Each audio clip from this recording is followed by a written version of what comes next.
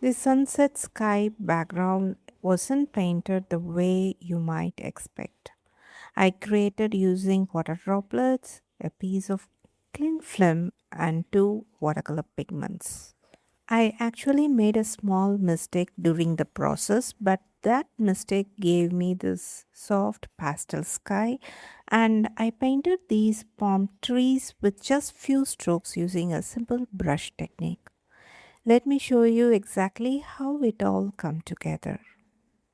I start by placing random water droplets on the watercolor paper.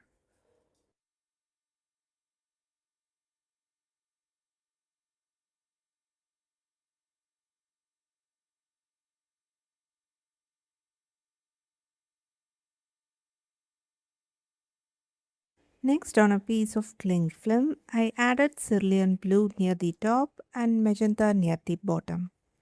I didn't spread the paint, I just left it as little droplets.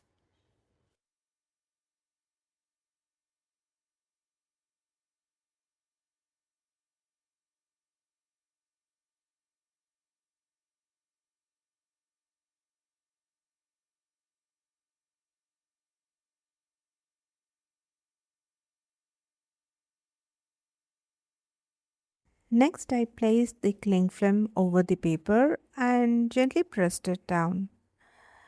I had added a little too much water droplets, so most of the pigment flowed away as I tilted my board.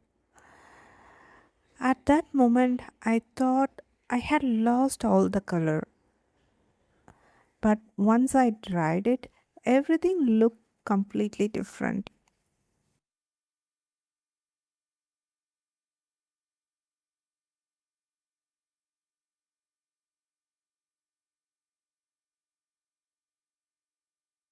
This is how my background turned out. Instead of bold colors, I was left with this soft wash of blue and pink.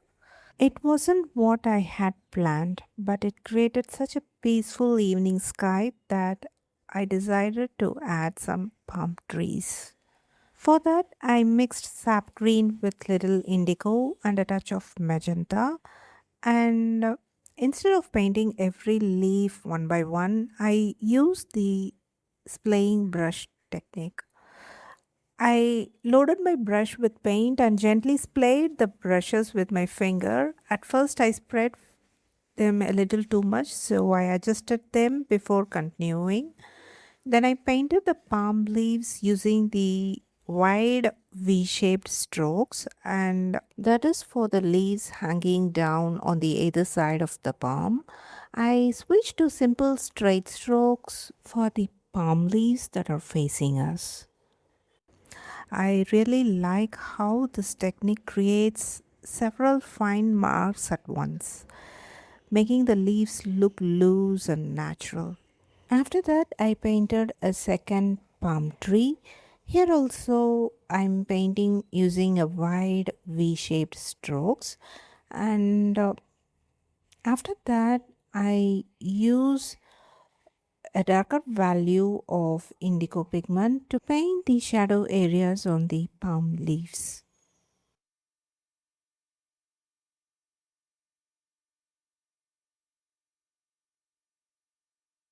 Next, I mix sap green with magenta to create a warm brown shade, which I use to paint the trunks.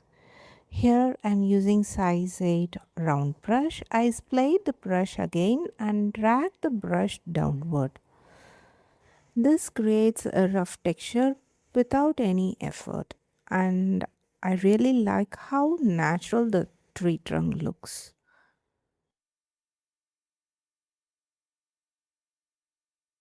And that's it, our painting is finished.